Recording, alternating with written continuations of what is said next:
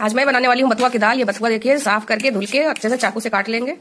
अब मैंने ले ली है उड़द की दाल, इसको धुल लिया है और कुकर में थोड़ा सा पानी डाल के 1 गिलास लोग पानी डाल के इसमें दाल और बथुआ डाल देंगे। बथुआ और दाल डाल के अब इसमें थोड़ा सा नमक डाल देंगे और कुकर बंद कर देंगे, 2 सीटी लगा देंगे। दाल में 2 सीटी आ चुकी है। अब देखिए दाल हमारी पक गई है लगभग थोड़ी सी, और इसको हम चिमचे की सहायता से अच्छे से मिक्स कर देंगे, घोट देंगे।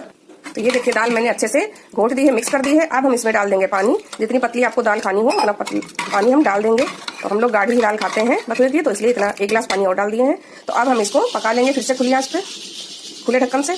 अब मैंने एक कटोरी में थोड़ा सा दाल का पानी निकाल लिया है और थोड़ी सी हींग इसमें डाल के अच्छे से मिक्स कर लेंगे ऐसे ऐसे करके, और फिर दाल में इसको डाल देंगे। ये देखिए इसको हम दाल में डाल देंगे। इससे दाल का टेस्ट बहुत अच्छा आता है बथुए की दाल का।